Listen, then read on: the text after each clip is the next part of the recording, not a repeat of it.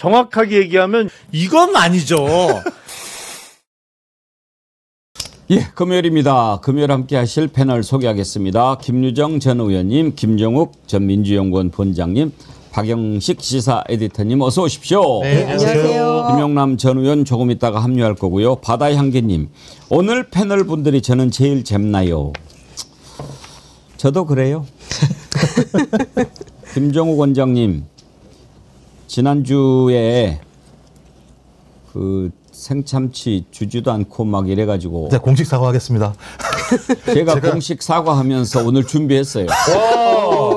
근데 역시 땡깡을 부려야. 처음부터 먹방을 할 수는 없고 예. 1부 끝나고 2부는 먹으면서 합시다. 감사합니다. 배도 출출하고 그러니까. 좋네요. 어제 백혜룡 경정 아시죠? 네. 2시간 인터뷰를 했거든요. 사실 어제 기자회견도 있고 10시부터 시작해가지고 한 4시간 마라톤 방송을 했는데 2시간 가지고도 부족해요. 근데 나오는 얘기들이 얼마나 이건 놀랍고 두렵고 그랬는지 더 하자니 4시간씩 지켜보신 시청자님들도 좀 쉬셔야 되고 그래서 한 번 더 모시기로 했는데 일단 제가 가장 충격받은 것은 이제 백혜룡 경정 우리가 알게 된 것은 세관과 짜고 그러니까 마약을 밀수를 하는데 그걸 세관이 눈 감아준 거 아니에요? 그래서 이거는 정말 안 된다라고 했는데 그것도 최병 사건 박정훈 대령과 상당히 비슷한 그런 그 분위기예요. 잘했다 칭찬했는데 나중에 또 어딘가에서 야 그거 안 돼 경로야 이러면서 이제 결국은 못하게 되고 박정훈 대령 밀려나듯이 지금 영등포 경찰서 형사과장으로 팀장을 했던 사람을 지구대로 보낸단 말이에요.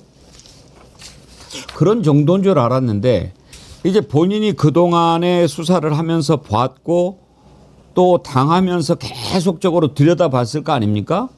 그러다가 내린 결론이 이거는 윤석열 김건희가 한 거구나 라는 확신을 갖게 됐더라고요. 전혀 이게 일리가 없는 얘기가 아닙니다. 일단 윤석열 김건희가 어느 정도나 개입됐을 것이라고 보느냐 그 질문에 대한 답변부터 한번 들어보시죠. 이건 사업이다. 이것은 국제 마약 조직 간에 연계돼 가지고 마약을 밀수를 해서 한국에 유통시켰다. 그게 아니에요. 그런 일은 조직 간에 일어나지 않습니다. 백경정님은 윤석열 김건희가 마약 사업을 했을 거라고 보신다 이겁니까? 그 사업을 누가 했겠습니까? 제가 지금 좀 몸이 떨릴 정도로 놀라워서 지금 제가 24년 국회 청문회가 있었습니다. 예.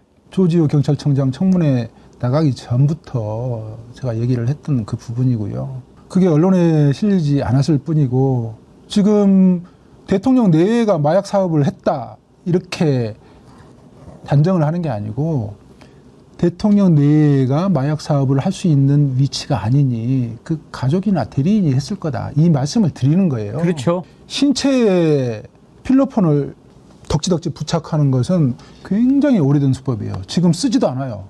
그 다음에 나무도마에 잘라서 이렇게 집어넣어가지고 들어오는 걸 국민들이 보시고 신기해하잖아요. 굉장히 오래된 수법이에요. 이 고전적인 수법을 쓰지 않아요. 쓰면 다 걸리기 때문에 쓰지 않는 겁니다.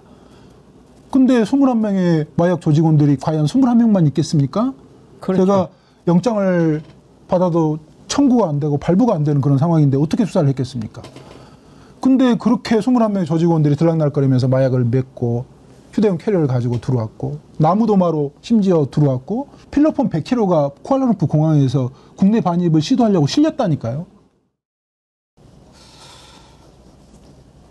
백혜룡 경정은 인천 세관을 통해서 마약 들어오는 것을 적발을 했고 그 과정에서 세관이 봐주는 것을 딱 잡은 거죠.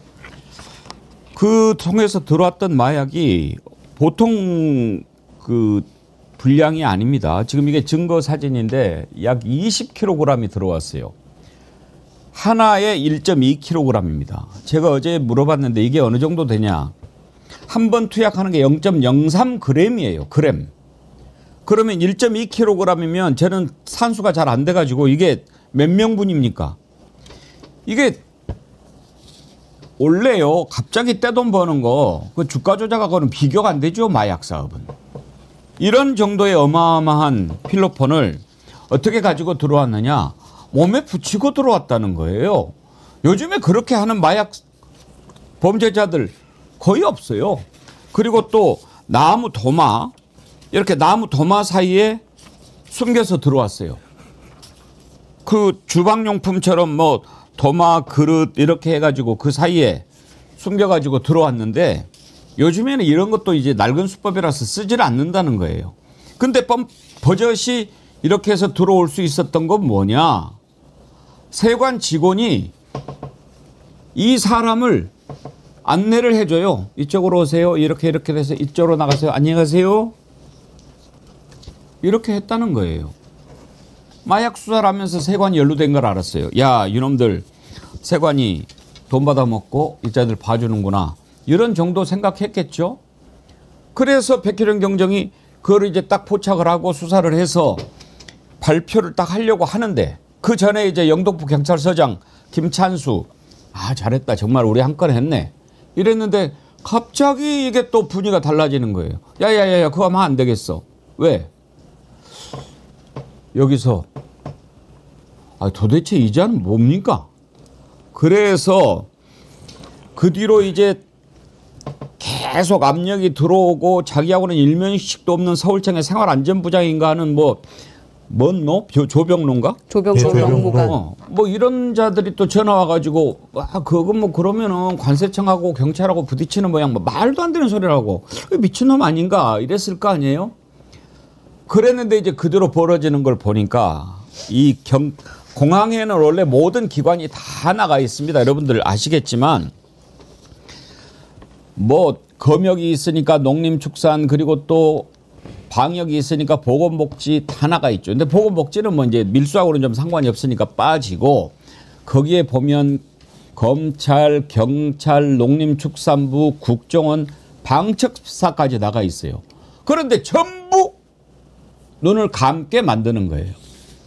공항의 모든 기관을 움직일 실력자 누구겠습니까? 그 뒤로 수사를 못하게 하고 이걸 갖다가 그때 당시에 인천지검에서 수사를 딱 하는데 그 인천지검장이 누구였는지 아십니까? 심우정이었어요. 심우정이. 수사를 안 해버려. 덮어버려. 이랬다는 거 아닙니까? 그러면 정말 이게 김유정 의원님 저 어제 이야기를 들으면서 막 머리가 막 빙빙빙 돌았어요. 그러니까 저희가 처음에 이 사건 터졌을 때도 굉장히 충격적이었는데 지금 시간이 지날수록 이거는 그냥 어지간한 중간 단계에서 이렇게 마약을 아무렇게나 들여오고 무사 통과하고 심지어 친절하게 VIP 모시듯이 안내하고 안녕히 가세요. 이렇게 할 수 있는 정도라면 저희 상상을 뛰어넘는 그런 일 아니겠어요? 그렇다면 마약과의 전쟁을 부르짖었던 윤석열 정권에서 이 정도로 할 수 있는 사람은 어느 급일까? 최소 장관 이상이어야 되는데 이거는 대통령실의 누군가 윤석열 부부 그쯤 돼야지 사실은 관세청장, 서울청장, 국가수사본부 다 움직일 수 있는 거 아닐까요? 그러니까 백희룡 경정은 충분히 이렇게 의심할 만한 개연성 있는 사건이라고 보고 있는 것이고 저희도 충분히 거기에 동의하고 있습니다 지금. 그러니까 너무 심각한데요.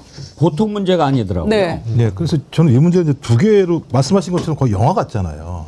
그러니까 맨 처음에 갑자기 윤석열이 마약과의 전쟁을 선포하고 한동훈이 법무부 장관을 하면서 이걸 특별하게 주장을 했고 강조를 했었고 그다음에 그 이후에 컨트롤 타워를 대검찰청에 세웠고 말씀하신 것처럼 심우정은 인천 지검장을 했으니까 치는 라인이 다 여기에 연루되어 있는 상황이고 그럼 왜 이렇게까지 마약과의 전쟁을 했을까? 그러니까 이거 제가 이제 추정입니다만 마약과의 전쟁을 하게 되면 사람들이 쫄겠죠. 마약하는 사람들이. 그러면 마약하는 사람들이 기존에 했던 방식과 보다 좀 덜하겠죠. 덜하면 어떤 일이 벌어지겠습니까? 독과점이 벌어지겠죠. 독과점이 벌어지는 상황에서 만약에 권력과 공권력의 비호를 받으면 아주 편안하게 그럼 뭐 더 많은 마약을 네. 마약을 통해서 이득을 형식이죠. 얻을 수 있겠죠. 예. 그러니까 이건 추정입니다만 그런 과정들이 있어서 아무 문제 없이 마약과의 전쟁하에서 소위 마약을 통해서 유통해서 많은 돈을 벌고 있었는데 이게 갑자기 백경정이라는 사람한테 턱하니 걸려서 문제가 생겼죠. 이게 이제 사단이 나면서부터 그 이후에 그것을 무마하기 위한 소위 이제 이건 그 박정훈 대령 사건과 유사한 형태의 문제가 벌어진 건데 만약 앞간이 사실이라면 뒷단 문제야. 이제 예를 들면 외압을 통해서 권력을 통해서 이걸 막은 게 문제입니다만 대통령이라는 권력을 통해서 검찰 권력과 관세청 나중에 경찰까지 동원해서 이익을 얻기 위한 진짜 그야말로 거대한 예를 들면 카르텔이 존재했다라고 지금 백혜련 경장은 주장하는 거 아니겠습니까? 전 이건 그러면 말씀하신 것처럼 지금 세 개 정도 벌어지고 있는 특검 이상의 파괴력을 가지고 있는 도대체 이해가 안 되는 상상이 안 되는 전대미문의 사건이 벌어졌다라고 볼 수 있는 거기 때문에 말씀하신 것처럼 여기에 대한 실체를 밝히는 건 또 다른 정의를 세울 수 있는 내용들이기 때문에 저희가 이 부분은 좀 더 면밀하게 하지만 정확하게 실체를 밝혀야겠죠. 아직까지는 저희들의 추정이기 때문에 저기서 말씀하신 것처럼 공포감 정도를 뛰어넘어서 뭐 이런 인간이 다 있지 정도의. 어제 백혜령 경정하고 2시간 인터뷰하면서 제가 그 백경정의 어떤 결의 그런 걸 느끼기는 했어요. 이건 그리고 이제 막 좀 답답해 하더라고요. 이렇게 큰 사건인데 왜 언론에서는 이거를 이렇게 주목하지 않을까 그런 아쉬움이 좀 묻어났는데 박영식 앵커님 요즘 이제 평택 얘기가 많이 나오잖아요. 김충식 뭐 이렇게 나오니까. 근데 백경정도 맨 처음에는 이거 왜 이렇게 못하게 하고 막지? 그러면서 알아보니까 최은순이가 평택을 통해서 보세 이렇게 뭘 수입하고 이런 일들을 했대요. 그 과정에서 봐준 사람이 있었을 거 아니에요. 우리가 뭐 영화도 보면 나오듯이 옛날 최민식이 나온 거 뭐지? 범죄와의 전쟁? 네, 그때도 세관이죠. 찔러주고 그런 식으로. 그래서 아하 이번에 그러면 마약 가져온 놈들이 그때 뭐 봐준 사람하고 관련이 돼 있거나 최은순하고 저기 하니까 좀 봐주라고 하는구나 이런 정도로 본인도 처음에는 생각을 했다는 거예요. 그런데 이제 밀려나고 또 그 뒤로 얼마나 많이 들여다보고 그랬겠어요. 수사하면서도 개인적으로도 말레이시아를 한번 가려고 했대요. 그런데 딱 보니까 이건 단순히 뭐 최은순 관련된 놈 봐주려고 한 게 아니더라 이거예요.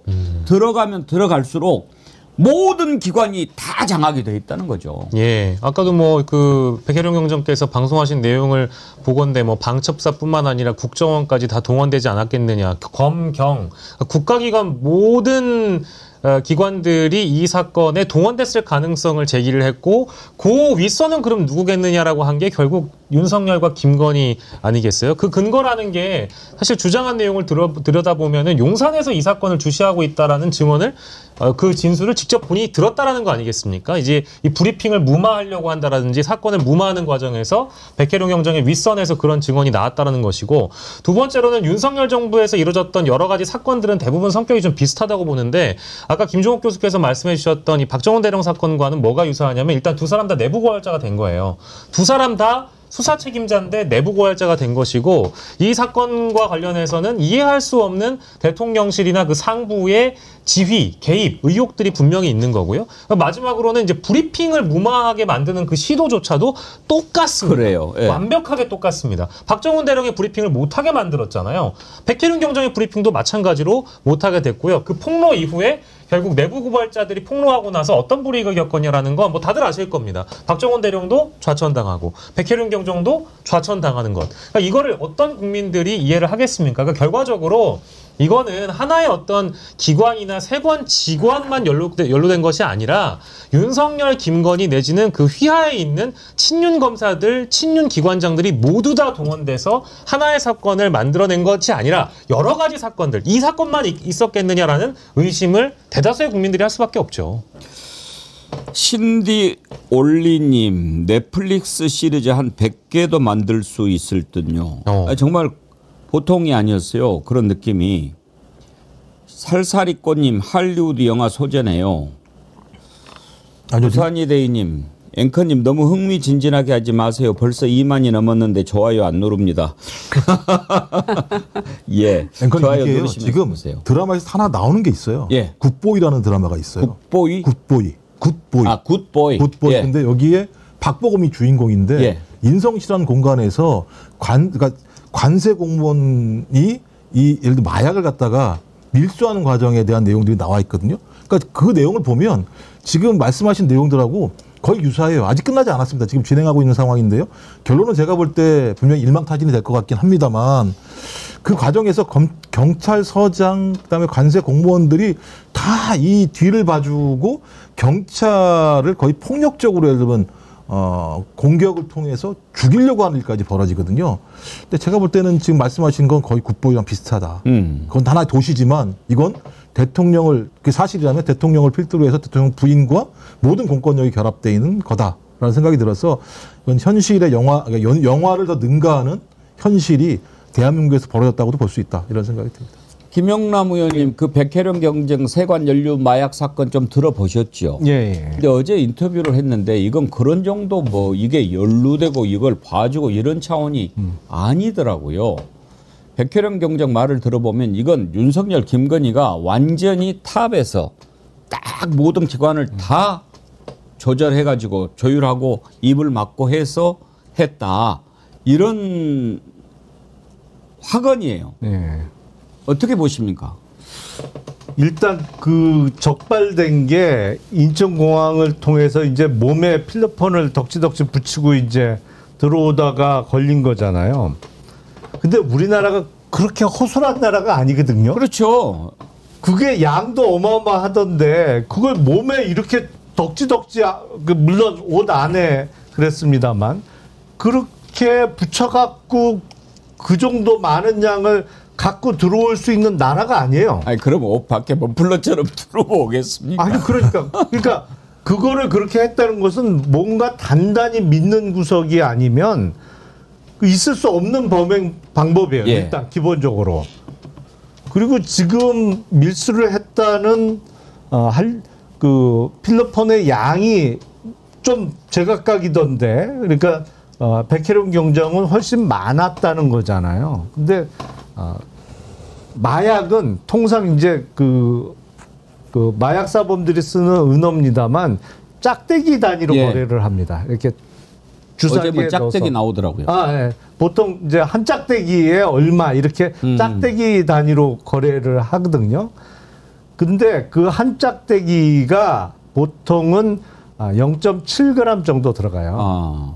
예. 그래서 이제 이런 얘기 해도 되나? 하여튼 아니 뭐 어제도 일부 얘기를 하셨는데 네. 1회 투약이 0.03g이라고 거기가 하더라고요. 시작이에요. 예. 그러니까 그거는 맞습니다. 이제 정확하게 필로폰 초보자들이 쓰는 1회 투약량이 0.03g이에요. 아 그러다가 점차 늘어나는. 점점 늘어나죠. 양이 아. 이제 그 중독이 점점 심해질수록 양이 늘어나요. 한 번에 투약하는 양이 그 정확하게 들으셨네요. 예, 그러니까 0.03부터가 시작이에요. 아 김영남 의원님도 마약 수사를 하셨었군요. 아니 뭐 조금 했죠. 예. 제가 뭐 그거를 전공을 하지는 않았지만 마약 수사를 해본 적은 있죠. 그러니까 0.03부터 시작해서 중독이 점점 될수록 0.05, 0.07 뭐 이렇게 올라가거든요. 근데 그 때에 따라 조금 다르지만 지금 뭐 130kg을 들여왔다, 뭐 아니다 300kg을 들여왔다 뭐 이랬는데 그 소매가로 보통 그 조금 거기도 가격 변동은 있습니다만 그냥 러프하게 계산하면 그냥 1kg은 한 5억 정도로 계산하면 돼요. 1kg에 5억. 예. 예. 그러면 비싸지 않은 가격이에요. 예. 그거는. 예. 공정가군요. 그러니까 만약에 정말 이제 마약을 왜 그렇게들 목숨을 걸고 하느냐. 예. 가장 쉽게 큰 돈을 벌 수 있는 것 아닙니까? 그럼요. 예. 그러니까 주가 조작으로 이렇게 하는 것보다 더 많이 벌 수 있는 거죠. 그렇죠. 사실은 적절한 표현인지는 모르겠습니다만 기대 수익률이라는 측면에서는 주가 조작보다 마약 밀수가 훨씬 그러니까 높죠. 목숨 걸고 하는 거죠. 근데 저는 그 얘기를 딱 듣고 그럴 가능성이 있을까? 근데 일단 이런 논리로는 가능성이 있어 보여요. 윤석열, 김건희가 어떤 사람이냐. 윤석열은 권력을 위해서라면 무슨 일이든지 하는 사람이잖아요. 네. 김건희 돈이 되는 거라면 어떤 짓이든지 하는 사람이잖아요.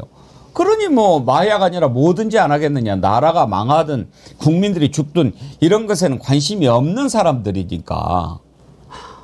그러니까 그때 기사를 보니까 총 74kg. 예. 네, 시가 2,200억 원. 246만 명이 투약할 수 있다라고 그때 나와 있어요. 근데 아, 많이 올랐나 보다. 이렇게 요새 진짜 기사가 이렇게 나와 있다. 옛날보다 많이 예. 올랐나 보다. 그쵸, 이제 물가는 계속 오르는 거니까. 근데 보니까 이제 지금 백경정 얘기하는 건 300kg이잖아요. 74kg이 그때도 보면 역대 두 번째라고 그랬거든요. 그렇죠. 어마어마한 양이죠. 300kg 정도면 제가 볼 때는 대한민국 말아먹으려고 작정을 한 거죠. 이게 들어왔다는 얘기는 누군가한테 판매된다라는 얘기잖아요. 판매가 안 되면 들어올 리가 없으니까. 그렇죠. 네. 그러면 지금 74kg도 246만 명이라고 얘기를 하는데 300kg이면 제가 볼 때 거의 4배 정도거든요. 그러면 거의 어떤 1,000만 명 정도가 투약할 수 있는 양이 들어왔다는 얘기예요. 이 얘기를 들어보면. 아니 두테르테 같은 사람은 마약과의 전쟁을 해가지고 마약 그 관련된 사람들 얼마나 많이 죽였습니까? 그 마약을 잡겠다고 그 나라가 마약으로 망해가니까. 그런데 마약을 밀수를 하는 일에 최고 권력자가 개입을 했다면 이건 말이 안 되는 거죠. 심지어 이제 백혜령 경정이 이걸 열심히 들여다보니까 왜 윤석열과 한동훈이 갈라섰지? 이것 때문이겠네 하는 결론에 이른 거예요. 그것도 일리가 있더군요. 한번 들어보십시오. 2월 24일 이렇게 계속 들어오니까 제 집 드나들듯이 하는 거죠. 네. 지금 이 상황에서 불안을 느끼게 된 게 소금입니다. 예. 한동훈계 예. 검찰 권력을 계속 영원히 유지시켜야 되는데 이 마약으로 하려고 했고 경찰의 일부 넘어간 수사권을 뺏어오려고 했어요. 검수 원복을 시키려고 예. 하는데 이 마약이 알려지면 안 될 것 같아요. 안 되죠. 그래서 한동훈과 이원석과 송경호가 심우정을 매기기 위해서 김해로 내려가서 이 세 명을 검거해서 옵니다. 심우정을 매겼어요. 심우정한테 경고했어요. 그게 2월 27일인데 23년. 이게 심우정에 대한 경고만 있는 게 아닙니다. 심우정한테 지시를 하고 심우정을 그때부터 애틋하게 생각하고 미래의 검찰총장으로 생각하고 있던 대통령 내외에 대한 경고예요. 이때부터 소검과 대검이 갈등이 시작하게 됩니다. 사이가 멀어졌어요. 김은정 의원님, 저게 무슨 말이냐면 이제 대검, 소검 이렇게 본인이 분류를 하더라고요. 예. 대검은 윤석열과 심우정이 대검이에요. 그리고 한동훈, 이원석 그리고 송경호가 송경호, 예. 소검인 거예요. 예. 근데 이게 처음에는 심우정 이자가 이제 막 덮어줬잖아요. 인천지검장으로 네. 있으면서. 그 뭐 때문에 덮어줬겠어요. 심우정이가. 이거 아닙니까?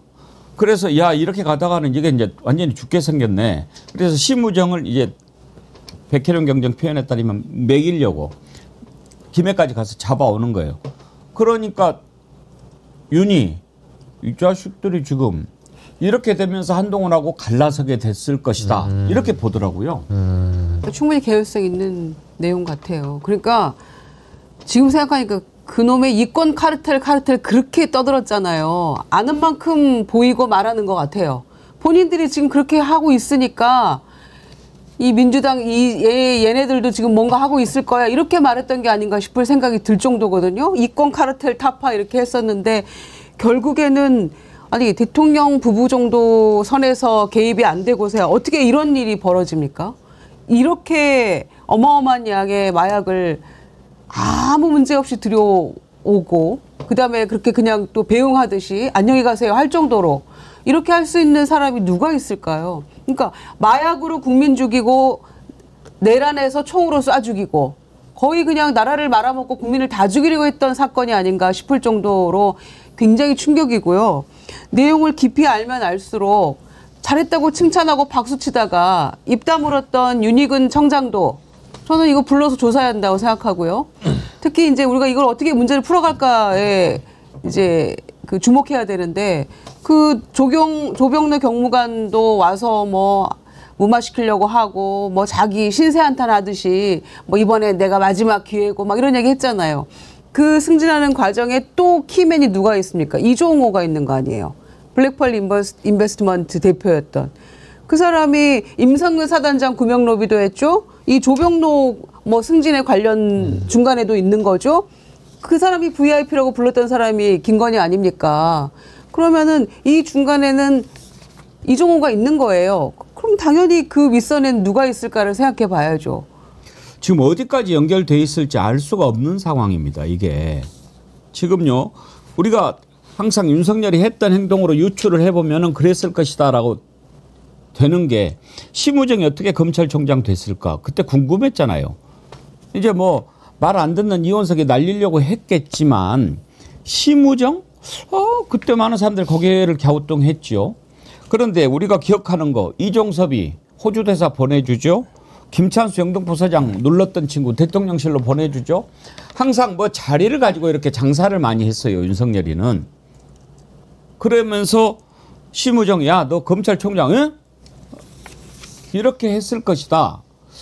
김영남 의원님 검찰 내부에서 당시에 심우정이 검찰총장 감이라고 생각했습니까? 아니 심우정 전 총장이 그래도 나름대로 보직 관리가 잘 돼 있던 거는 맞아요. 근데 이제 검사장 승진하고 나서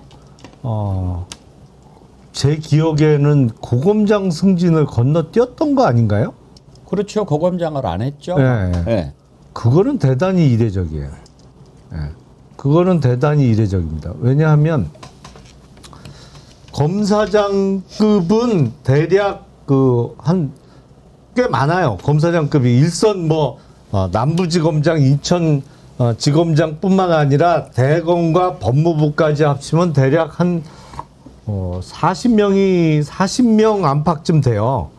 근데 고검장은 8명인가 있어요. 인천지검장에서 곧바로 대검 차장이 됐어요. 아, 그럼 용전한 거네. 예, 맞아. 완전히 대검 차장 하다가 확 올라간 됐으니까. 거죠. 예. 대검 차장이 고검장급이거든요. 예. 근데 고검장을 안 하고 네. 동부지검장, 인천지검장하고 곧바로 대검 차장 됐다가 법무부 차관 된 거예요. 그렇죠. 사실은 대검 차장은 고검장급에서도 그 최선순위예요. 그러니까 물론 이제 법무연수원장을 더 선임이 하는 경우가 있는데 그거는 교육기관의 장이 원래 좀 높잖아요. 그래서 육사교장도 3스타잖아요. 그런 의미에서 법무연수원장이 좀 선임으로 대우를 해주는 거고 그것 빼고는 대검차장이 고검장급에서도 가장 높다고 볼 수 있는데 인천검사장에서 바로 대검차장으로 가는 거는 엄청난 영전인으로 봐도 틀림없습니다. 일단. 네. 그러면 지금 백혜령 경정이 의심하는 대검 소검 간의 갈등 이것은 어떻게 보십니까? 개연성. 글쎄 그건 저는 잘 모르겠어요. 솔직히. 예. 확신은 못 하겠어요. 왜냐하면 그 사건 이후에도 한동훈 당시 법무부 장관을 그해 연말에 비대위원장을 시키잖아요. 총선을 앞두고. 근데 사이가 벌어졌다면 그렇게 했을까라는 좀 의문은 들거든요. 그때까지만 해도 같이 가야 되는 상황이었으니까. 근데 자신은 없어요. 왜냐하면 총선을 앞두고 비대위원장이라는 거는 비대위원장은 당대표를 대신하는 거기 때문에 사실 총선에 공천권을 준다는 얘기인데 믿음이 없다면 그렇게 하기는 조금 쉽지 않아 보이거든요. 근데 비대위원장 되고 며칠 안 있어서 이관섭 실장 보내가지고 너 그만둬 이렇게 얘기했잖아요. 그러니까 말 안 들으니까. 그러니까 김건희 얘기 막 하면서 똑바로 해야 된다고 하니까 명품백 얘기도 그때 나왔던 거고 그러니까 그러면서 그 전에 이런 여러 가지 사건들이 있었는데 봉합하고 가려고 했는데 김건희 얘기를 또 꺼내니까 너 그만둬 했던 게 아닌가 싶을 정도예요. 이번에 또 이상민 집에서 엄청나게 많은 현금이 나왔다는 거 아닙니까? 그렇습니다. 이자도 혹시 관련돼 있었지 않을까? 그러니까 이게 지금 현금, 그러니까 저희가 관봉권에 대한 얘기 혹은 이제 각 국가기관에서 쓰는 특활비 같은 것들이 어떻게 고위공직자를 했었던 사람의 집에서 튀어나오거나 아니면은 건진의 집에서 튀어나올 수 있는가? 이제 이런 사실 의혹이잖아요. 근데 그 의혹은 관분권이라는 건 뭐 띠지가 걸려 있고 한국은행이 실제 언제 이것을 지급했는지까지 날짜까지 나와 있는 상황이라고 하니까 이것은 정권 차원에서 분명히 특활비를 누군가에게 쏴줬을 것이다. 아니면 그게 아니라면 이상민 장관에서 집에 나온 돈은 뭐 지금 이제 들리는 바에 따르면 에르메스 가방 8개에서 9개 내지, 그리고 실제 현금 돈 다발이 나왔는데도 불구하고 그때 당시에 압수수색 영장을 추가로 발부받지 않고 경찰 조사팀이 그냥 보고만 나왔다라는 거 아니겠어요? 결국에 이 문제의 핵심도 결국 압수수색 영장을 추가로 청구할 수 있는 검찰이 영장 신청을 한 경찰 쪽을 기각했을 것이다라고 보는 게 합리적일 것이고, 또 그 돈의 성격도 아까 처음 말씀드린 국정원 특활비라든지 국가기관의 특활비가 아니면 만약에 부정한 어떤 범죄에서 연루된 비용이 계엄의 대가로 지급되거나 혹은 계엄 실패 이후에 재기의 가능성을 타진하기 위한 어떤 비용으로 쓰일 수 있는 거 아니냐, 지금 이런 여러 이제 소설들이 써지고 있는 것이죠. 아무튼 굉장히 수상한 겁니다. 아니, 지금요. 예. 이 정권은 명품백 아니면 얘기가 안 되는 것 같은데 샤넬백을 웃돈 줘서 뭐 다른 가방하고 신발로 바꾸고 이런 일들이 횡행하고, 그런데 그렇게 정성껏 바꿔가지고 분실했다고 얘기를 하고 있고, 그다음에 디올백도 문제였고, 이상민 행안부 장관의 집에서 도대체 그 많은 명품백이 상표도 안 뜨는 백들이 왜 이렇게 질비합니까? 그 이유를 우리가 알아야 되겠죠. 그리고 그 안에 돈이 뭐 장경태 의원 아침에 인터뷰하는 거 보니까 뭐 35억 그 이상의 너무 어마어마한 액수여가지고 정말 깜짝 놀랐다 이런 얘기가 나오더라고요.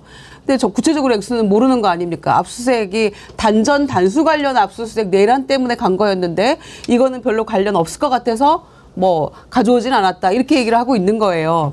그런데 제가 그래서 이상민 장관이 이 공직자들 수시 재산 등록하는 거 있어요. 얼마를 신고했나 봤더니 올해 3월에 신고한 게 46억이거든요. 근데 작년 3월에 신고한 게 39억 4천만 원인데 1년 사이에 6억 얼마가 늘기도 했습니다만, 중요한 건 그 부부가 예금 신고한 게 10억이 조금 넘거든요. 그러면은 집에 있던 수십억은 무슨 돈이냐는 거죠. 지금 32억이라는 얘기가 나오죠. 30억이 넘는다는 거죠, 일단은. 만약에 김영남 의원님, 이제 저는 항상 그 역사의 어떤 엄청난 사건이 여기서 터져가지고 이렇게 되는 경우가 많잖아요. 그렇죠. 32억이 이상민 집에서 발견됐다. 이게 이제 이상민이 뇌물을 받았을 수도 있고, 네. 지금 생각하는 마약 자금을 그래도 제일 믿을 만한 놈한테 맡겼을 수도 있고, 왜냐하면 이제 윤석열, 김건희는 바로 압수수색이 되니까. 만약에 이상민이 32억 이 정도 뇌물을 받았다라고 네. 하면 뇌물죄가 한 1억이면 징역 10년 받습니까? 그렇죠. 그럼 30억이면 한 몇십 년 받는 거죠? 그건 뭐 뇌물 32억짜리 사건을 본 적이 있나? 잘 모르겠는데 하여튼 그 뇌물은 그 1,000만 원부터 이게 가중됩니다. 예.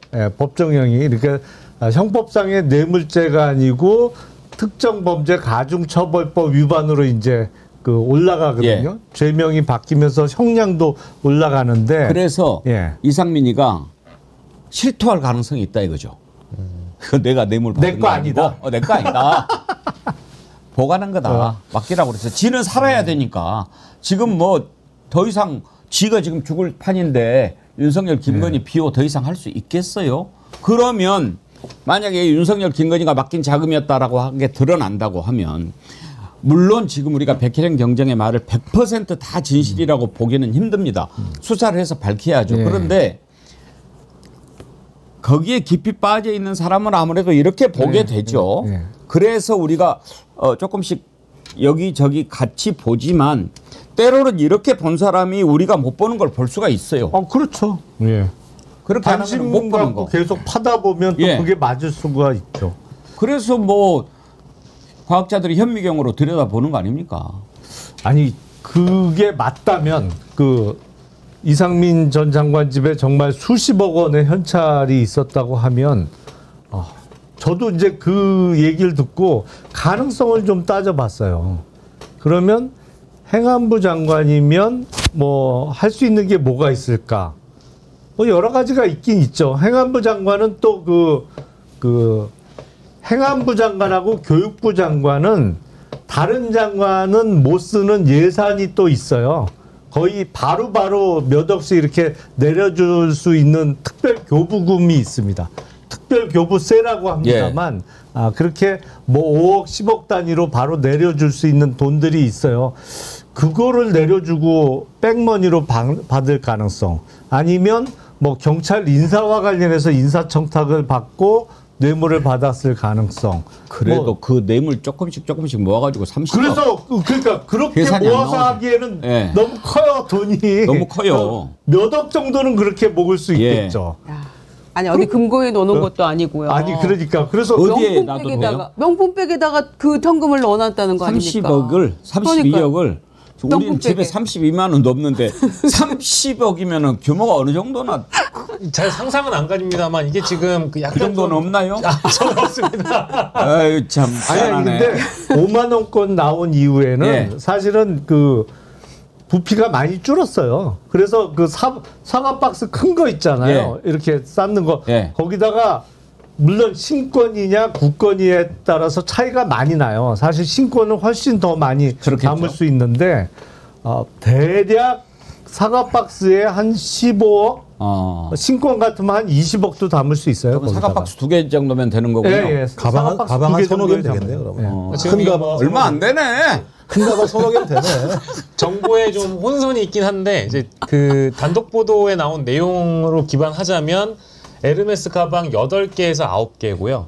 그리고 현금 돈 다발, 돈 뭉치라는 표현이 등장하는데 그 이후에 이제 발전된 게 이제 여러 이제 정보 뭐 정보지라든지 이제 지라시를 통해서 사과 상자 16개, 32억 뭐 이제 이런 식의 얘기가 흘러나오다 보니까 이게 좀 혼선이 있는 것 같습니다. 그래서 실제로 가방 안에 현금 돈다발을 넣었는지 사과 박스는 따로 또 이렇게 두고 가방과 함께 장롱에 보관했는지 그거는 지금 알 수 있는 방법이 없고 다만 여기서 중요한 거는 아까 얘기했던 왜 그러면 경찰은 그걸 보고도 압수수색 목록에 해당하지 않는다고 해서 그냥 지나치는 것이냐. 이거는 사실은 뭐 수사의 기본을 다들 아시는 분들이라면 거기 이상민의 변호사가 입회를 했다고는 하거든요. 그러면 그 압색영장을 딱 보고 목록에 없는 거는 손대지 말아라고 하더라도 원래 이제 그 수사를 들어갔을 때 핵심적인 물증으로 보이는 게 있으면 당일에 추가영장 신청해가지고 그렇죠. 바로 받아와서 다시 다 쓸어 가잖아요. 제가 하는 얘기가 그거예요. 왜 그걸 안 했냐 그때. 그거는 근데 이제 검찰이 개입할 가능성이 저는 분명히 있다라고 보는 것이고 그때도 그러니까 그게 그 지난 2월에 압수수색을 했기 때문에 지난 2월과 현재까지의 검찰총장은 사실 심우정이었잖아요. 그러니까 심우정이 이것을 알고도 덮었을 가능성 혹은 뭐 행안부 경찰국장 출신인 박현수 서울지방경찰청장 직무대리가 이 정보를 보고를 받고 나서 제동을 걸었을 가능성 뭐 여러 가지가 지금 뭐 추측이 됩니다만은 이건 저희가 다루고 있는 세관 수사 무마 사건에 대한 진실의 그 핵심에는 수사 무마를 누가 걸었는가 검찰 얘기가 지금 저희가 나왔던 얘기니까 아까 이상민의 돈 뭉치 얘기와도 연결되는 지점은 역시 문제는 검찰이다라고 할 수도 있는 것이죠. 아마 이제 이상민은 워낙 거짓말을 잘하니까 오랫동안 모아둔 수입료다 이렇게 얘기할 수도 있어요. 그러니까 이제 현찰로 받을 수도 있는 부분이니까 이건 문제가 될 수 있겠습니다만 백은요? 백은 왜 저한테 물어보세요? 제가 먼저 아니 수입내라고 요즘 하시니까. 너무 불신의 시대 백은요? 우리끼리들 싸움. 근데 이제 제가 보면 아까 얘기했던 건데 그러니까 한동훈과의 결별 문제는 저도 잘 모르겠어요. 왜냐하면 비대위원장을 2023년 12월달에 했었기 때문에 이제 그래서 공천 문제 때문에 갈라졌다 이런 얘기가 있는데 만약에 비대위원장을 적극적으로 해석하면 선물로 줄 수도 있었던 것 아니야? 이런 생각이 드는 거예요. 그러니까요. 근데 지금 인사 문제가 어떤 게냐 말씀하셨던 그 김찬수가 영등포 경찰서장을 하다가 2024년 2월 달에 대통령실 자치행정비서관실로 발령받아서 가지 않습니까? 또 다른 인물이 있더라고요. 서울경찰청 그 당시 수사부장이었던 김봉식. 예.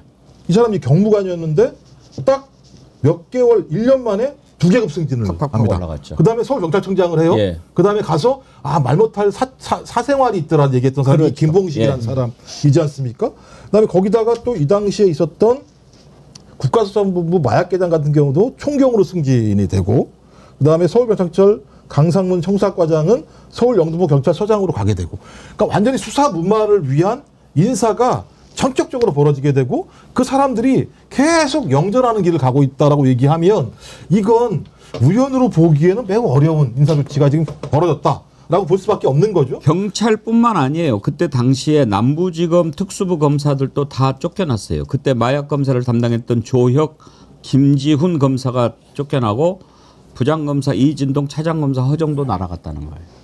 예, 그러니까 이 정도의 인사를 하려면 그 수준이 어디까지일 거냐라고 따져보면 진짜 대통령과 대통령 부인이라고 하는 위치가 아니면 이 정도의 조율을 큰 문제 없이 할 수 있을까라고 하는 궁극적인 고민들이 있는 거죠.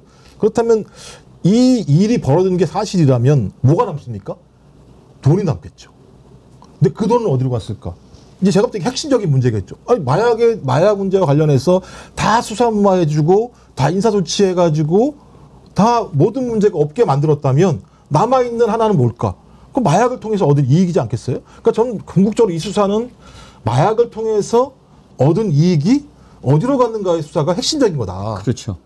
뭐 지금 얘기하는 이상민 행안부 장관은 약간은 뭐 사이드인 것 같긴 합니다만 본류의 돈이 어디로 갔는가를 확인하는 게 가장 이 사건의 본질이라는 생각이 들어요. 뭐든지 자금 추적을 해보면 네. 그렇죠. 첨언을 좀 하자면 아까 이제 우리가 설명했던 그러니까 2023년 10월에 백혜룡 경정이 윗선의 무마를 이겨내고 어쨌든 해당 뭐 하지 말라는 표현을 빼놓고 브리핑을 일단 한다는 거 아니겠습니까? 그 브리핑을 하고 나서 제가 알기로는 2023년 10월에 브리핑을 하는데 그 이후에 남부지검 아까 말씀하신 수사팀 날아가고 경찰 수사팀도 날아간단 말이에요. 해체를 시키는데 그때 당시에 한동훈과 이원석이 그런 조치를 했다라는 그 백혜룡 경정의 주장이잖아요. 근데 한동훈은 비대위원장으로 올라간 게 12월에 올라갔기 때문에 아마도 백혜룡 경정의 주장대로 대검과 소검의 어떤 갈등 국면이 있었다라고 한다면 이원석과 한동훈이 수사팀을 직접 해체하는 모습을 윤석열과 김건희에게 보여주면서 형님 저는 형님들을 해치지 않습니다. 저는 비대위원장을 해도 안전한 놈입니다라는 거 보여주기 위해서 이 마약 수사팀을 해체한 게 아니냐라는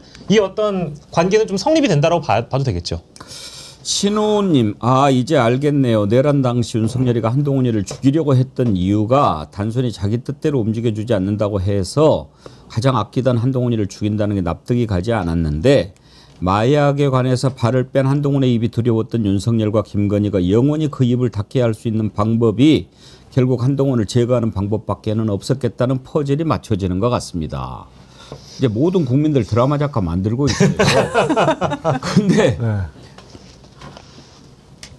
아까도 말씀드렸지만 백혜룡 경정은 지금 이 좁은 구멍 자기가 수사했던 그 부분 쪽으로 보니까 그렇게 잘못 볼 수 있다고도 할 수 있지만 그 부분을 깊이 들여다보면은 우리가 못 보던 것을 볼 수가 있기 때문에 그렇게 해석해 보는 것 저는 결코 과하다고 생각하지 않습니다. 심지어 이 마약이라고 하는 게요 얼마나 위험합니까? 그 마약은 중국 같은 경우는 바로 사형이죠. 뭐 갖고 모르고 들어와도 사형이에요.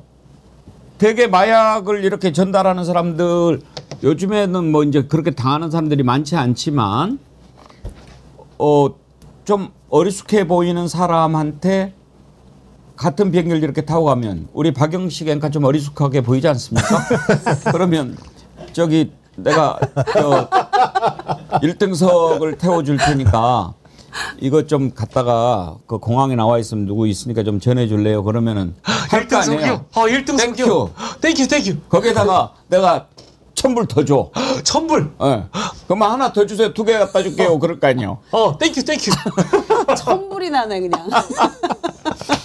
그래서 백혜룡 경정은 내란을 일으킨 것도 이것 때문일까라고 보더라고요. 한번 들어보시죠. 뭐 그 전에 도이치모터스 사건, 명품백 사건도 있었고 공천 개입도 있었지만 이런 것들은 서로 이미 알려진 사안이었고 한동훈 소검에서 약점을 쥐고 있어서 두려웠던 거죠. 그때부터 저는 윤석열 대통령이 언제부터 내란을 일으키려고 마음을 먹었는지 알 수는 없습니다만 실행을 착수하게 된 그 시점이 이 소검과 대검 간에 갈등이 생기면서부터 착수가 됐다. 그때부터 군인들과 가까이 하기 시작했고 마음을 먹었을 때 24년 9월쯤 됐을 때는 아예 충암고 라인으로 뭐 김용현 국방부 장관, 여인영 방첩사령관 이렇게 교체를 하고 각 사령관들을 핵심 멤버로 군인들로 이렇게 교체를 하고 군인들 실무자들하고 골프 치러 다니면서 과시를 한단 말이에요. 그때 24년 뭐 8월 뭐 이때부터 민주당에서도 그 윤석열 대통령을 향해서 비상계엄하려고 그런다, 내란하려고 그런다 이렇게 목소리가 나오면서 다 알려졌단 말이에요. 그걸 한동훈과 국민의힘에서 몰랐겠냐고요. 다 알고 있었죠. 김정욱 원장님, 이제 그쪽에 집중하다 보니까 그렇게도 보는데 저는 충분히 개연성이 있다고 보입니다. 예, 일단 내란 문제와 연동되는 문제는 좀 조심스러울 수밖에 없는 측면들이 있는데, 왜냐하면 이 건 아니고도 윤석열과 김건희는 어떤 형태로든지 5년만 할 생각이 없었던 것 아닌가라고 하는 여러 가지 정황들이 나오기 때문인데요. 근데 아까 제가 말씀드렸던 것처럼 김봉식 서울청장이 얘기했던 사생활이 뭘까? 이 고민은 있는 거예요. 본인이 얘기할 수 없다 그랬잖아요. 그러니까 이 내란을 일으켰던 가장 중요한 문제와 관련해서 김봉식이 얘기했던 사생활이 뭘까? 그러면 김봉식이라는 사람이 이해할 수 있는 소위 권력에서 국정운영을 하는 것 외에 알 수 있는 내용이 뭘까? 본인이 여기에 관련됐으니까 승진하지 않았겠어요? 지금 추정해보면 1년 동안 2계단이나 승진을 한 거였고 결론적으로 서울 경찰청장까지 된 거니까 본인이 이 부분에 특화되어 있으니까 오히려 윤석열이 그 경찰청장보다 김봉식을 훨씬 더 신뢰했다라는 것 아니겠습니까? 그러면 신뢰했다라고 하는 근거는 잘 놀아줬었다기보다는 이 사건과 관련돼서 훨씬 더 많은 내용들을 알고 있으니까 그랬을 가능성이 꽤 높다라는 생각이 들기 때문에 말씀하신 것처럼 단지 마약 건만 있는 건 아니겠습니다만 지금 백혜령 경정이 얘기하는 것이 상당 부분 사실이라고 얘기한다면 이 건도 내란을 일으킬 수 있는 가장 중요한 것들 중에 하나였을 가능성이 꽤 높다라고 판단할 수밖에 없고, 왜냐하면 이런 게 만들어졌다는 건 아는 사람이 계속 넓어진다는 거잖아요. 누가 뭐라고 얘기해도. 왜냐하면 맨 처음에 그냥 자기들 해먹으려고 했었던 건데 사건이 백경정 때문에 위로 툭 튀어 올라왔고 이걸 막기 위해서 다양한 네트워크들이 만들어졌을 거 아닙니까? 그러면 이걸 계속 가지고 가게 되면 권력이 시간이 지나면서 권력은 약화되니까 그때부터 거기에 대한 내부 고갈자가 많이 발생할 수밖에 없겠죠. 그럼 그걸 막을 수밖에 없는 측면들이 분명히 있었기 때문에 뭐 거기엔 뭐 명태균 게이트도 분명히 있겠습니다만 이 건도 제가 볼 때는 매우 중요한 요소 중에 하나였을 가능성도 꽤 있겠다 이런 생각이 들어요. 근데 이제 나쁜 짓을 하면 돈은 벌 수 있죠. 이제 범죄 수익이겠습니다만 사실은 근데 여러 가지 나쁜 짓 중에 돈이 제일 많이 되는 거, 수익이 제일 높은 건 역시 마약이에요, 사실. 예. 그래서 지금 그 세계적으로 제일 유명했던 마약상 중에 그 콜롬비아의 네, 시카리오. 파블로 에스코바르라는 그 1980년대에 그냥 왕성하게 활약했던 마약 거대 상이 있는데 남미에 가보시면 알겠습니다만 코카 나무가 많습니다. 남미에. 근데 그 코카 잎을 따서 그걸 찌고 말리고 이제 조금 그 제조를 하면 그게 코카인이 되는 거예요. 코카나무 잎으로 만들거든요. 코카인을.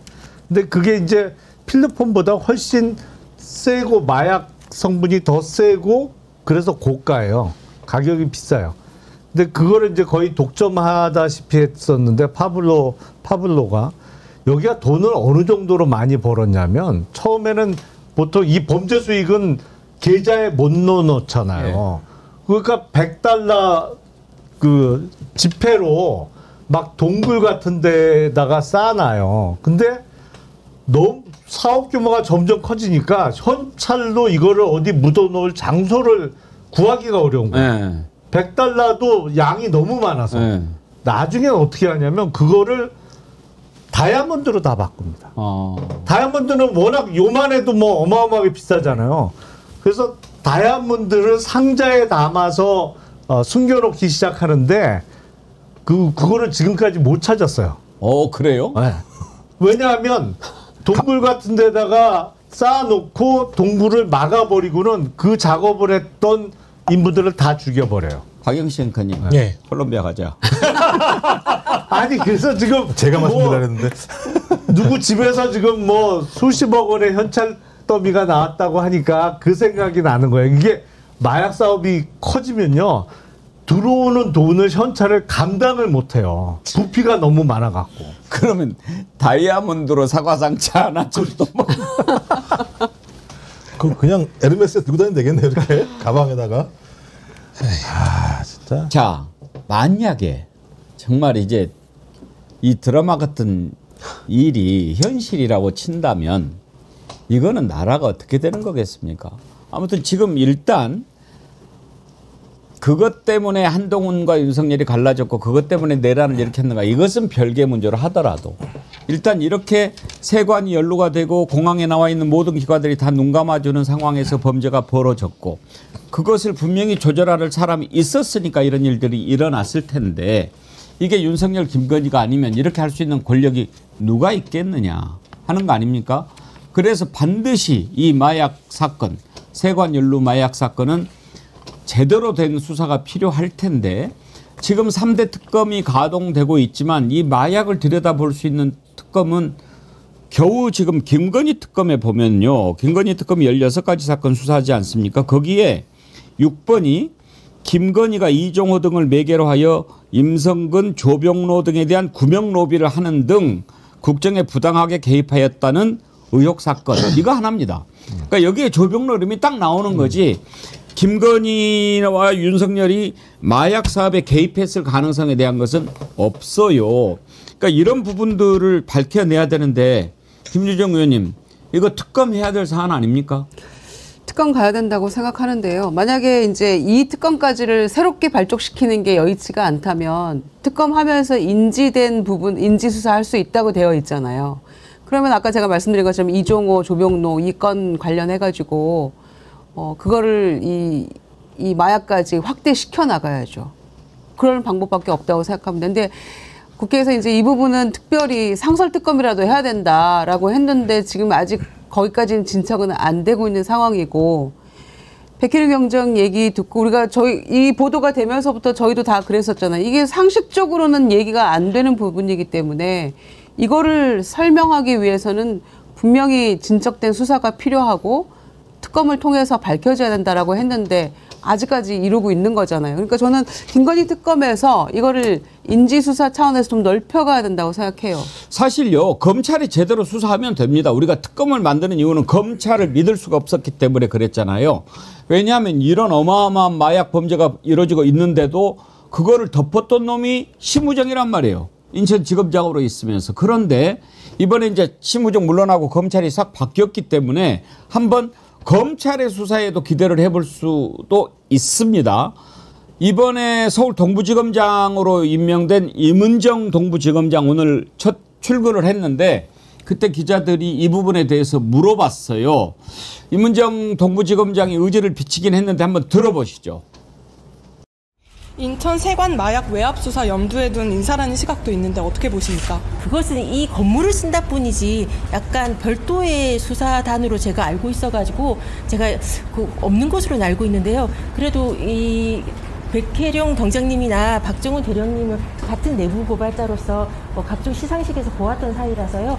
그런 내부 고발자의 애환과 의심과 불안을 잘 알고 있기 때문에 좀 챙겨볼 수 있으면 최대한 챙겨보고 싶습니다. 백혜령 경정이 동부지검에 꾸려진 대검 합숙팀에 대해서 좀 비판적인 입장인데 여기에 대해서는 어떻게 생각하시나요? 너무나 당연합니다. 제가 그분이라도 당연히 그럴 거고요. 저도 검찰을 믿을 수가 없어서 공수처에 갔던 사람으로서 그것은 검찰이 지금까지 잘못 행동했던 봐주기 수사, 거짓말 이런 것에 대해서 검찰이 감수해야 될 것이고요.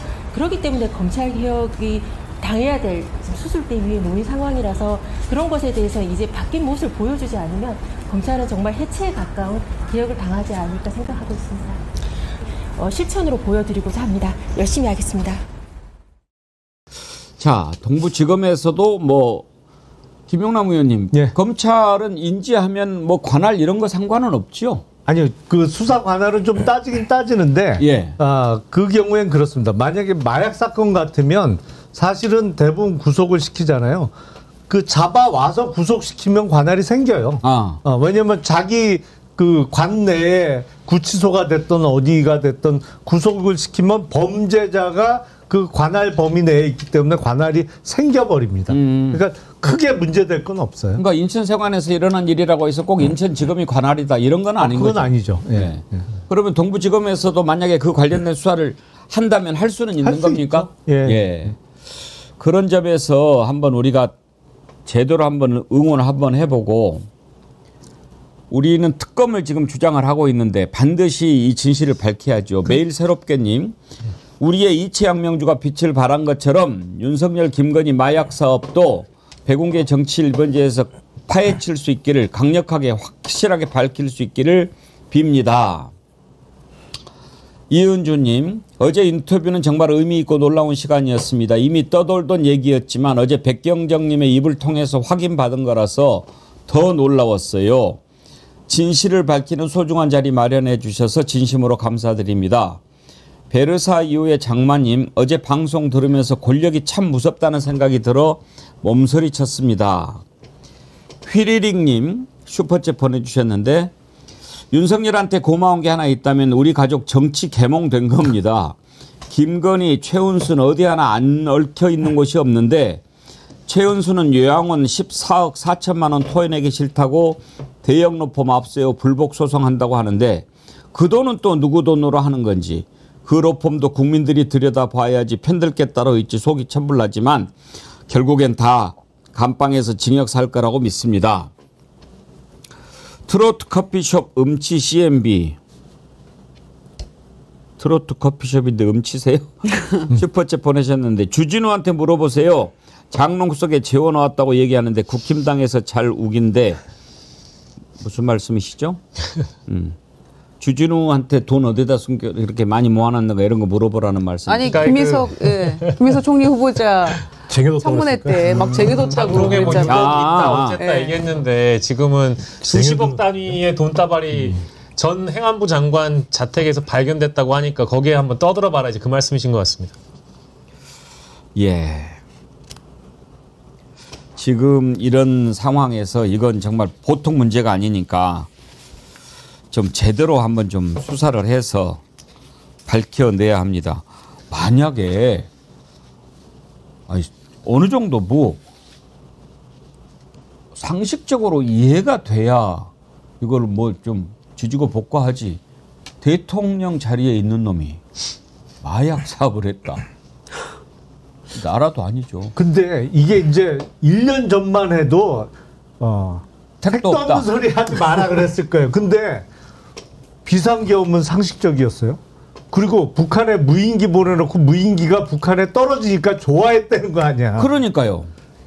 그러니까 이 비상식의 연속이니까 참 별일이 다 있어요. 그러니까 전 더 골 때리는 건 마약과의 전쟁을 하면서 마약을 팔았다? 이런 일이 지금 벌어졌다라는 거 아니에요? 그리고 거기에 핵심적인 주장을 했던 사람이 대통령, 법무부 장관, 인천지검장 뭐 이런 것들이라는 거 아니겠습니까? 전 그렇다면 이거 거의 대놓고 장사한 거랑 마찬가지잖아요. 그러니까 권력을 돈을 벌기 위한 수단으로 활용을 한 말도 안 되는 희대의 일이 벌어졌는데 그 희대의 일이 그 들썩였지만 잠깐 그 이후에 아무런 수사도 진행되지 않았다라고 얘기하는 건 꾹꾹 눌러왔다라는 거 아니겠습니까? 저는 그렇다면 말씀하셨던 것처럼 이 수사는 뭐 검찰이 하면 되겠지 아니면 경찰이 하면 되겠지라고 얘기하면 안 된다. 이건 뭐라고 하더라도 특별한 사람들이 국민적인 관심 속에서 진짜 명백하게 탈탈 털어서 실체를 밝혀내는 것이 가장 중요하기 때문에 저는 아마 좀 내부에서 그런 고민이 있을 거예요. 세계의 특검이 벌어지고 있는 상황이고 민생회복도 어려운 상황인데 뭐 이렇게 얘기하면서 이 사건을 갖다 좀 뒤로 미룰 수 있다는 생각이 들긴 합니다만, 만약에 특검에서 소위 이 인지된 사건의 내용들이 명백하다면 저는 당연히 예를 들어 특검을 통해서 이건 수사가 돼야 되는 내용으로 가는 것이 저는 상식적이지 않을까 생각이 들어요. 근데 대통령께서 어제 기자회견을 30일 만에 하셨잖아요. 거기 보면 내용들이 굉장히 솔직하고 기자들이 묻는 질문에도 굉장히 그 자유롭게 질문하는 형식이었는데 이 사건과 관련된 질문이 아직 나오지 않았기 때문에 응답을 안 하신 걸로 알고요. 그 올해 3월에 이제 그 아까 김유정 의원이 잘 짚어주신 게 인천세관 수사 무마 사건의 경우에는 상설특검을 임명하기로 이미 국회 차원의 본회의를 통과를 했잖아요. 대통령께서도 당선 직후에 상설특검 임명하겠다고 공언을 하신 적이 있습니다. 지금 30일이 지났기 때문에 아직 요게 이제 공론화가 좀 덜 됐다고 저는 봅니다만은 어제 특별감찰관을 심지어 대통령실에 임명한다고 하셨잖아요. 무려 문재인 정부와 윤석열 정부를 넘어서 지금 아주 뭐 지금 거의 한 10년 만에 임명이 되는 것인데 이런 것까지 챙기시는 분이니까 저는 아마도 상설특급 곧 임명할 거라고 보고 있습니다. 우리가 행여 설마 했지만 이게 우연히 너무 자주 일어나면 그것은 다 이유가 있는 거지요. 저는 이태원 참사가 일어났는데 그때 당시에 지역에 내려가서 산에서 술 처마시고 잠잔 경찰청장을 봐줬잖아요. 그것은 말이 안 되는 거잖아요. 그 결국은 윤희근 청장 임기 잘 마치고 집으로 갔어요.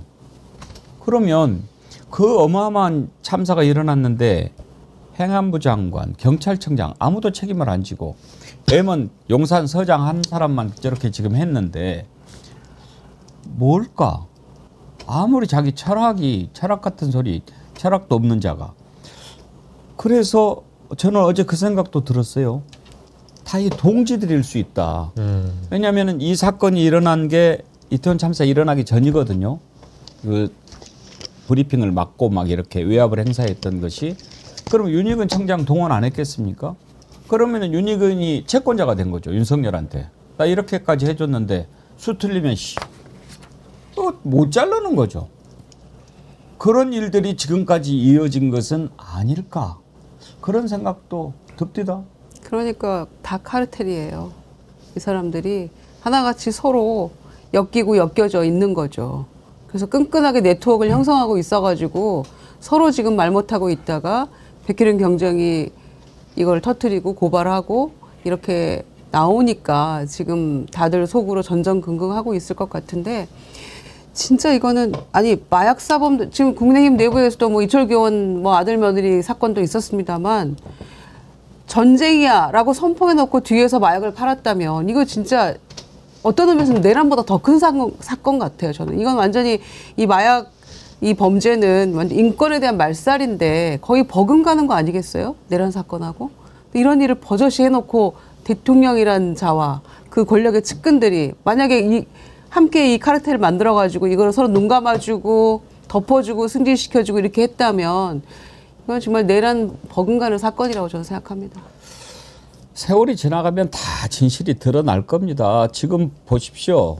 뭐 김건희 주가 조작 사건 이제 막 증언들이 하나씩 막 쏟아지지 않습니까? 어제 KBS 뉴스 보니까 이 모 씨가 내가 뭐 몇십억 벌어줬다고 이제 증언도 막 나오고 그래요. 뭐 다 드러나지요. 다 드러나요. 그러면 자기들이 한 짓이 있고 권력이 기울면 자기들이 살기 위해서 또 다 입으로 다 토설해낼 수밖에 없는 상황이고 특히 이제 특검이 수사를 하는데 인질되면 또 수사할 수 있는 거잖아요. 예. 그런 그렇죠. 사실을 알게 되면 사람들이 당연히 자기가 형량을 줄이기 위해서라도 다 얘기를 할 수밖에 없는 거죠. 근데 그것이 누가 뿌렸습니까?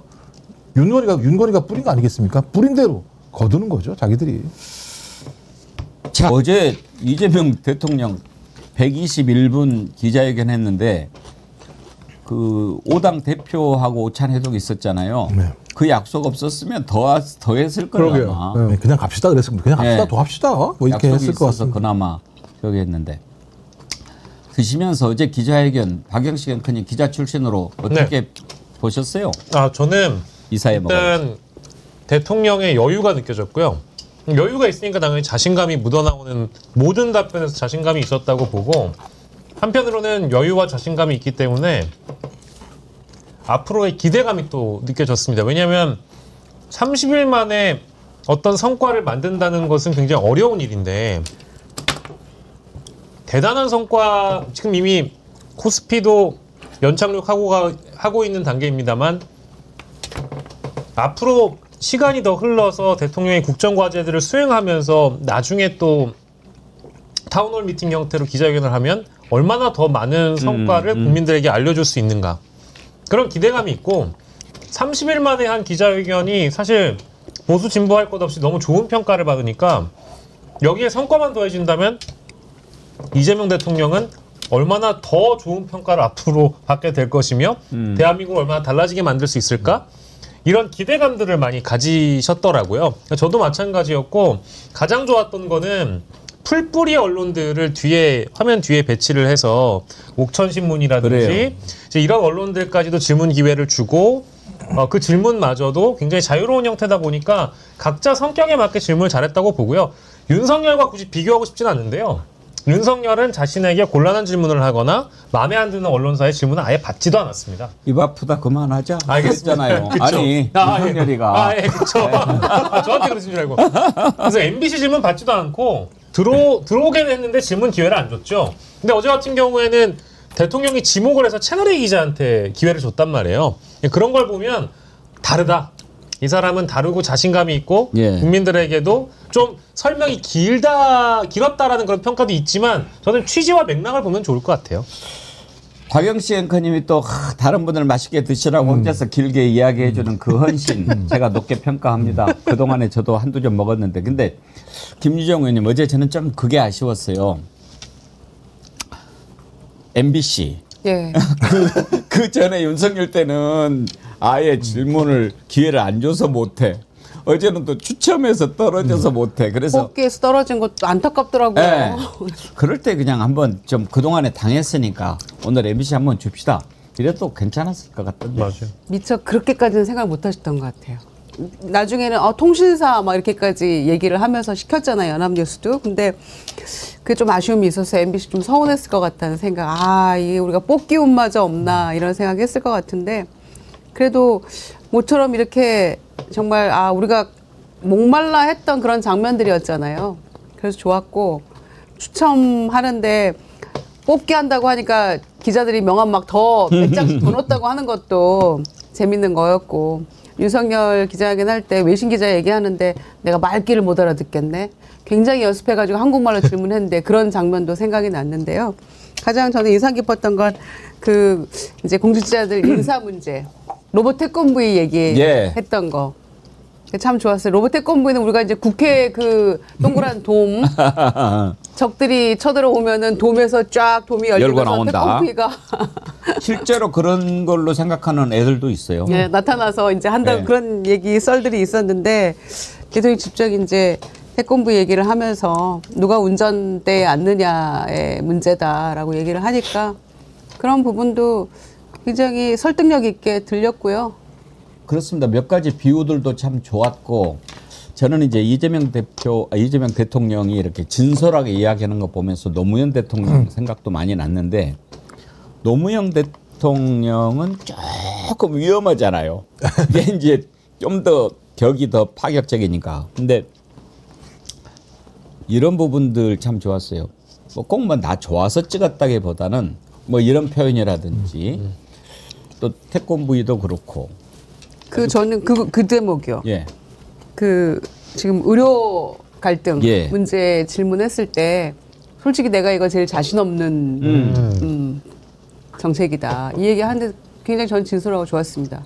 그런데 불신의 문제인 것 같은데 그 불신이 조금씩 그래도 줄어들고 있는 것 같다. 이런 부분들은 굉장히 진솔하게 들렸고요. 그래서 이제 복지부 장관이 빨리 전문가니까 이 문제 해결했으면 좋겠다. 논의해야 된다라는 그런 부분들은 솔직히 다 잘한다고 얘기할 수도 있는 건데 그 부분에 대해서 진솔하게 얘기했다는 것 그런 건 좋았던 것 같습니다. 그리고 사실은 2,000명 증원 이건 누구도 이해 못하는 비상식적인 거였고 그렇죠. 본인도 제 생각에는 왜 2,000명이 늘어야 되는지 잘 몰랐던 것 같다는 생각이 들거든요. 그래서 그런 모습들이 국민들에게 상당히 정말 진솔하게 답변하고 대통령이 준비를 하고 있구나 이런 모습을 국민에게 보여주는 것 같아서 좋았습니다. 테리09님 광어 1kg에 4만 원 주고 횟도 500g 잘 안 나오는데 생참치 500g 4만 원이면 정말 저렴하죠. 그렇죠. 생참치인데. 김종원 원장님 몇 점 남았어요? 제가 너무 많이 먹었나요? 너무 맛있어. 지금 속도가 제일 빠르세요. 네. 오늘 점심 이걸로 해결하세요. 사실 네. 다른 분들은 김종국 원장님한테 감사해야죠. 아니 아닙니다. 앵커님이 다 해주신 건데요. 김종국 원장님이 징징 울어가지고 된 거 아니에요? 그래서 저는 이제 앞으로 징징거리 뭐라도 나온다. 징징만 되자 이런 생각이 들었고요. 하여튼 어제는 제가 느꼈던 게 뭐냐면 이재명 대통령은 진짜 헌법주의자구나. 예. 그러니까 대한민국의 주권은 국민에게 있고 모든 권력은 국민으로부터 나오기 때문에 국민에게 설명해야 된다. 그것도 솔직하게 설명해야 된다. 아니 안 되는 건 안 된다고 얘기하고 되는 건 된다고 얘기하고 옛날에 공자가 말씀하셨던 건데 제자가 물어보니까 지식이 지가 뭡니까? 그랬더니 아는 걸 안다고 말하고 모르는 걸 모른다고 말하는 것이 아는 것이다. 이렇게 얘기를 했었는데 지식은 그러면 내가 모르는 건 모른다고 얘기해야 국민들이 거기에 힘도 줄 것이고 아는 건 내가 잘할 수 있으니까 이렇게 하겠습니다라고 설명을 해야 되는 건데 어제는 본인이 잘 아는 부분들은 그렇게 설명한 것 같고 본인이 어렵고 잘 모르는 부분에 대해서는 또 그런 부분도 솔직하게 인정한 측면들이 있어서 어제 매우 솔직하고 직진의 대화를 나눴다라는 생각이 들고요. 이게 이제 30일만으로 끝나는 게 아니라 본인의 지지율이 좋더라도 아니 본인의 지지율이 나쁘더라도 언제라도 국민들과 함께 어려운 일은 국민에게 좀 도움을 요청하고 잘 되는 일은 칭찬해달라고 좀 국민들한테 말도 하는 과정을 통해서 아 대통령이 나와 함께 국정을 운영하는구나. 우리도 국정의 일 주체구나라고 하는 부분들을 느낄 수 있게 하는 정치적 효능감을 좀 더 많이 주는 대통령이 됐으면 좋겠다는 생각이 들고 어제 우리가 그 하나의 단초를 발견하는 게 아닌가 생각이 들어서 좀 어제 참 매우 기분 좋게 들었던 기자회견이었습니다. 저는 어제 여야 반응을 보면서 참 국민의힘은 머리가 나쁘구나 그런 생각했어요. 어제 취임 30일 만에 이렇게 그러니까 대변인도 머리가 나쁘고 뭐 그런 것 같은데 그거 이제 국민의힘이 잘했다고 칭찬이야 하겠습니까? 그래도 이제 비판을 하려면 말만 그러지 말고 실천으로 옮겨라. 뭐 이렇게 이야기를 한다든지 뭐 그렇게 얘기를 해야 되는데 뭐라고 트집을 잡냐면 30일 동안 뭐 한 게 있다고 자화자찬이냐. 아니 다른 대통령 100일 만에 하고 심지어 박근혜 때는 1년 만에 하고 그랬는데 30일 만에 한 것을 트집을 잡을 게 뭐 있어요. 일찍 한 것 참 잘했는데 자, 앞으로 쇼만 하지 말고 계속 그러면 그렇게 30일 단위로 해라라든지 뭐 실천에 옮겨라라든지 이래야지. 아니 김용남 의원님 옛날에 거기 계셨지만 그렇게밖에 못해요? 그 말씀하신 대로 머리가 나쁜 거예요. 사실은 만약에 제가 이제 국힘 입장에서 논평을 낸다고 하면 뭐 수고하셨다고 하고 기자회견에서 나온 내용 특히 특별감찰관 얘기를 했잖아요. 이거는 그 마지막 청와대 특별감찰관이 박근혜 정부 때 이석수 특별감찰관으로 제가 기억하거든요. 그 이후에 다 임명을 회피해 왔어요. 역대 대통령들이. 왜냐하면 불편하니까. 그거 완전히 그 이른바 시어머니 모시고 사는 거거든요. 그 감시조를 자기 옆에다가 두고 사는 거잖아요. 근데 그걸 하겠다고 했어. 그러면 일단 환영의 논평을 내고 대신 국회에서 추천할 때 야당 몫으로 달라. 여당에서 추천하면 또 비슷한 사람을 추천할 가능성이 높으니 의석수와 상관없이 특별감찰관에 대한 추천권은 야당 몫으로 해달라고 못을 박았을 거야. 그리고 그 감사원을 국회 소속으로 지금 감사원은 대통령 직속이잖아요. 근데 그 사실은 대통령으로서 어마어마한 결단이거든요. 그 감사원을 국회 소속으로 바꾸는 거는 대통령이 행사할 수 있는 권한에 정말 큰 덩어리를 띄워주겠다는 얘기를 한 겁니다, 어제. 근데 물론 그냥은 안 돼요. 이거는 그 우리 헌법 개정을 전제로 이루어질 수 있는 얘기라서 그러면 헌법 개정에 착수하자. 아유, 이게 보면 줘도 못 먹어 정말. 이거 생참치를 주면 뭐 하냐고. 먹을 줄 모르는데. 국민의힘의 그 송원석 비대위원장이 저는 어제 기자회견 끝나고 기자들한테 지난 한 달이 그 기대에 미치지 못했다라면서 인사검증 시스템이 완전히 마비됐다라고 비판을 했어요. 그러면서 새 음절을 얘기했는데 변전충. 변전충? 예. 인사에 들어간 사람들 대부분 변호사다. 예. 그리고 전과자다. 이해 충돌이 다 맞지 않는다. 이제 이런 식의 이해 충돌이 된다. 뭐 이런 건데 이게 예전에 우리가 정치인들이 뭐 어떤 세 글자를 해가지고 사람 이름 뭐 고소영, 서오남 이런 거 만들지 않습니까? 그럼 딱 들으면 알아들을 만한 좀 줄임말을 해야 되는데 이게 무슨 벌레 얘기를 하는 건지 변전충이라고 하니까 일단 와닿지도 않고요. 예. 그 비대위 자체가 지금 다 도로 친윤인 상황이다 보니까 여전히 뭐 수준이 그 모양이다. 아무튼 네 분한테 감사드립니다. 그 말씀하시는 동안에 저는 깨끗이 비웠습니다. 저도 뭐 거의 다 먹었어요. 배불러서. 부산이대인님, 김유정 의원님 영식이 좀 덜어주세요. 아니야, 아닙니다. 많이 먹었습니다. 드리려고 좀 하는 참이에요. 많이 먹었습니다. 몇 개 더 주세요. 김종우 원장님이 더 드셔야 될 것 같아요. 주세요. 정어리몰에서 연락이 왔는데요. 지금 전화 주문이 폭발 중이라서 더 주세요. 모든 회선이 불통이랍니다. 그래서 지금 전화 연결이 안 된다고 올라오는데 네 분이 너무 맛있게 드셨나 봐요. 오늘이 마지막이라 그런 것 같은데. 네, 저의 빌드업이 성공하는 것 같습니다. 예, 전화 주문이 폭주 중이라 그렇습니다. 여러분들 이해해 주시고 계속 다른 그 링크로 들어가셔도 되는 거 아닌가요? 초보님, 저는 11세트 주문해서 지인들께 선물했습니다. 잘하셨네. 아니 진짜 잘하셨어요. 네. 아니 참치 잘 안 먹는 제가 먹어도 이렇게 맛있을 수가 없어요. 너무 맛있어요. 이거 아주 최고의 선물이 되겠는데요. 네. 이거는 지금 몇 g이나 된 거예요? 혹시 그 포장이 400g이었나요? 아까? 500g. 500g이라고. 500g을 몇 명이 나눈 거예요? 그러니까 궁금해서 지금 제가 혼자 200g, 500g 다 먹은 건 아니죠? 아, 그럼요. 네. 500g은 혼자 못 드시죠. 못 먹어요? 네. 그럼 500g 주문하면은 한 가족이 이렇게 좀 먹을 수도 있고 그런가? 성인 3명이서 성인 3명이서 소주 서너 병 먹기엔 딱 좋은 사이즈입니다. 오, 그래요? 예. 맞네. 얼큰하게 예. 취할 정도면 좋은 것 같습니다. 소고기 한 근이 600g이니까요. 예. 그 정도 생각하면 그렇군요. 얼추 좋을 것 근데 같은데. 부위별로 이렇게 있고 정말 맛있게 잘 먹었어요. 네, 부위별로 한 서너 부위가 이렇게 있는 건데 부위마다 맛도 다르고요.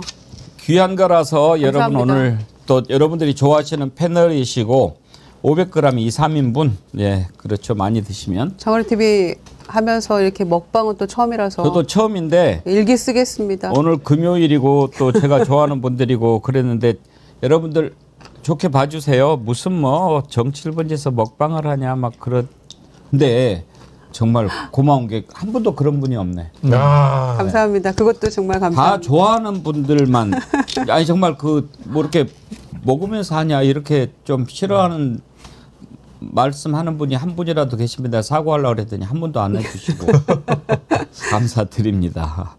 예, 고맙습니다. 저희가 진짜 조심해야 될 게요. 예. 제가 댓글을 보니까 하태령 선생님인가 여기 단추가 하나 없다고. 하나 이렇게 돼 있는 상태였어요. 그랬더니 정말 단추 그래서 야 놀랍다 이것까지 다 보시는구나. 그럼요. 야, 이거 조심해야겠다. 그럼요. 네. 빠지지 않았습니다. 김종욱 원장님 저 얼굴이 지난주하고 비교해서 어떻다 막 이런 것들도 막 올라오고 그러는데 뭐. 안 좋아졌나요? 아니 지난주에 조금 피곤해 보인다고 올라왔더라고요. 아 제가요? 예, 근데 뭐 지난주에 무슨 일 있으셨나? 제가 피곤할 일은 별로 없고요. 제가 앵커님한테 너무 잘못하니까 그때 왜? 좀 뭘 미안해서 잘못했어요? 매주 와서 깐죽깐죽대고 징징대고. 아, 그게 김정욱 원장님 매력이죠. 그래서 제가 좋아하잖아요. 그러니까 저하고 자리 바꾸자고 그러잖아요. 그런 말 하지 마시라니까요. 저 작살납니다. 아, 이분은 또 이렇게 또 즐겁게 하다 보니까 시간이 다 지나갔는데 김건희, 이상민 이거는 이제 우리들 다 아시는 얘기니까 뭐 또 다음 주에 다 나오겠죠. 끝으로 짧게 그것만 한번 네 분들 오늘 맛있는 거 드셨으니까 지난번에 이병철 변호사 제가 이제 하도 그 예측을 잘하시고 잘 맞추고 그러셔가지고 시대 예언가라고 제가 철스터라 담수라고 붙여줬는데 지난주에 나오셔가지고 윤석열이 다음 주 수요일 날 구속될 거라고 예언을 하시더라고요. 근데 지금 내일 조사 받으러 나오잖아요. 네. 그러면은 곧바로 영장 칠 것 같기도 한데 김영남 의원님 윤석열이 언제쯤 구속될 것 같습니까? 한번 그거 한번 오늘 맞춰보고 갑시다. 수요일 날 구속된다는 얘기는 토요일 날 내일 조사하고 바로 영장을 친다는 얘기인데 네. 그렇게 되거든요. 네. 대략 스케줄이 그렇게 되면 이제 영장 재판 날짜가 토요일 날 해서 기록 꾸며서 일요일 날 법원에 접수하면 대략 이제 화요일 뭐 이쯤 잡히거든요. 저는 7월 중으로는 구속될 것 같아요. 7월 중 다음 주가 아니고. 네, 7월 중으로는. 근데 다음 주에 구속될지는 정확하게 모르겠습니다. 김용남 의원님 타율이 사실은 그렇게 별로 높지는 않았어요. 박영식 앵커님이 타율이 좀 높은 편이었어요. 어떻게 예상하십니까? 저는 뭐 지난주와 이제 결론은 비슷한데 일단은 방송의 재미를 위해서 뭐 물론 윤석열의 조사와 수사가 매주 이어지고 있는 건 사실인데요. 어제만 하더라도 윤석열 측 변호인이 특검의 수사가 적법하지 않다라면서 검찰로부터 인계받은 게 이첩이냐 인계냐 이걸 두고 시비를 걸었더군요. 계속 절차를 가지고 지금 딴지를 걸고 있는 상황이니까 아마 윤석열과 특검의 어떤 뭐 기싸움 같지도 않은 이 기싸움, 즉 조은석 특검이 윤석열을 요리하는데 좀 여유를 두고 지금 수사를 하고 있다고 저는 개인적으로 보고 있고요. 물론 어제 오늘 부르는 이제 이런 인사들의 면면을 봤을 땐 수사의 속도가 내는 것은 맞는데 윤석열 구속을 그리 막 굉장한 어떤 급선무로 두는 느낌은 아닌 것 같습니다. 어디 한번 버팅겨 보면 버팅겨 봐라라는 그런 자신감이 있다라고 보고요.